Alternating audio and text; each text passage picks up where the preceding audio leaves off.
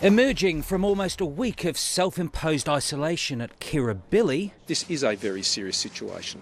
Scott Morrison, acknowledging his home city faces Australia's biggest COVID challenge of the year. It's absolutely imperative that we can suppress this latest outbreak. Federal support extended as Sydney faces a third week of lockdown. The assets test waived for Commonwealth COVID-19 disaster payments worth up to $500 a week, 300,000 extra doses of vaccine, half AstraZeneca, half Pfizer, to be sent to outbreak areas, including southwestern Sydney.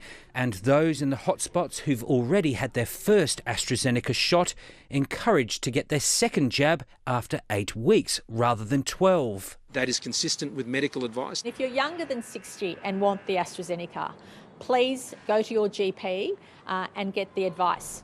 Gladys Berejiklian faces criticism she didn't lock down earlier, but the Premier says the low vaccination rate has left New South Wales exposed. There isn't a single jurisdiction on the planet that's managed to live with this variant without having a significant proportion vaccinated. The vaccination rate that you're seeing right now would have still required a suppression strategy right now.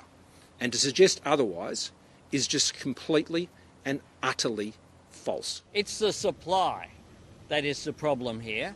There aren't enough deals done. The entire nation is on tenterhooks, open borders contingent on whether New South Wales can control the outbreak. We need to see how New South Wales goes over the next week. We all need New South Wales to be successful. We don't want it here in South Australia. So if a state goes rogue, well then other states would need to have precautions put in place about that state. A quarter of the 40 people currently in hospital with COVID in New South Wales are under 35.